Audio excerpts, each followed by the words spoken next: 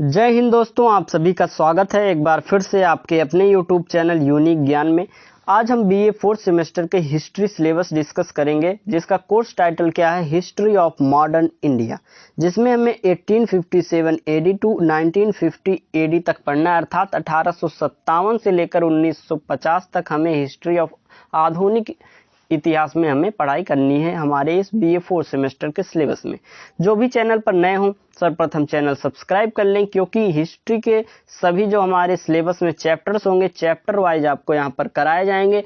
अगर आप पीडीएफ भी प्राप्त करना चाहते हैं तो डिस्क्रिप्शन बॉक्स में आपको टेलीग्राम चैनल का लिंक मिल जाएगा, ज्वाइन कर लीजिए। सभी क्लासेस की पीडीएफ आपको प्राप्त होती रहेंगी। तो चलिए देखते हैं कि बीए फोर्थ सेमेस्टर में हमें क्या क्या पढ़ना है। ये देखिए, हमारा BA fourth semester second year का यह सिलेबस है, जिसका कोर्स टाइटल बताया गया है history of modern India 1857 AD to 1950 AD, अर्थात 1857 से 1950 तक हमें पढ़ना है। इसका कोर्स कोड क्या है, A050401T। अब हम देखेंगे यूनिट वाइज हमें कौन कौन से चैप्टर्स पढ़ने हैं या किसके बारे में हमें पढ़ना है।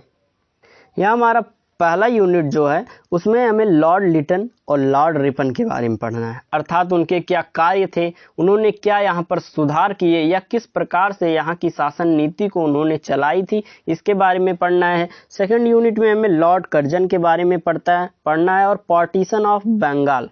हिंदी में साथ साथ हम आपको बताते चल रहे हैं, साथ साथ आप देखते चलें। अगर आप चाहते हैं नोट करना तो सिलेबस को नोट भी कर सकते हैं, क्योंकि हम आपको यहाँ पर हिंदी में भी बताएंगे। पार्टीशन ऑफ बंगाल अर्थात बंगाल का विभाजन भी हमें पढ़ना है कि किस प्रकार बंगाल का विभाजन हुआ, किसने किया, ये सब कब हुआ, ये सब हम पढ़ेंगे अच्छे से चैप्टर वाइज। थर्ड यूनिट में हमें commercialisation of agriculture and its impact on India. Commercialisation का अर्थ क्या होता है? कॉमर्शलाइजेशन का अर्थ होता है व्यवसायीकरण।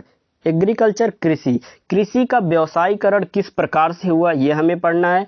और इसके इम्पैक्ट क्या इंडिया पर पड़े, अर्थात क्या प्रभाव पड़े हमारे भारत देश पर, यह भी हम पढ़ेंगे। चौथे यूनिट में हमें क्या पढ़ना है, development of railway and its impact.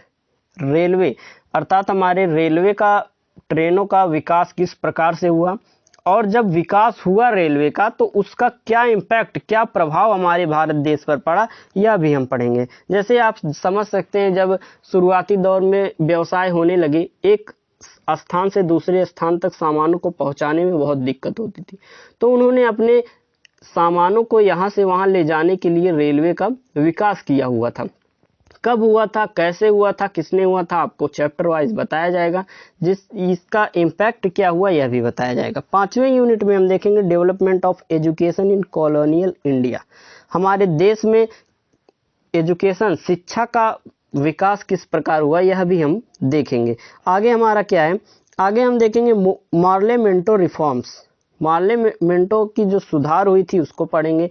Government of India act 1919 और 1935, जो भारत सरकार अधिनियम 1919 है और भारत सरकार अधिनियम 1935 है, इन दोनों अधिनियमों को हमें पढ़ना है, जो कि आपको कराया जाएगा। मार्लियामेंटो सुधार भी।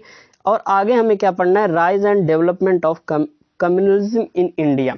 मतलब किस प्रकार से विकास हुआ, किस प्रकार उदय हुआ सांप्रदायिकता का हमारे भारत देश में, यह हमारा 7वें में है यूनिट में। 8वां यूनिट क्या है, mergers of princely states after independence. स्वतंत्रता के बाद हमारे जो स्टेट्स हैं उनको किस प्रकार से एकीकृत किया गया, और एकीकृत करने में सरदार वल्लभ भाई पटेल जी का क्या रोल था, यह हमें पढ़ना था।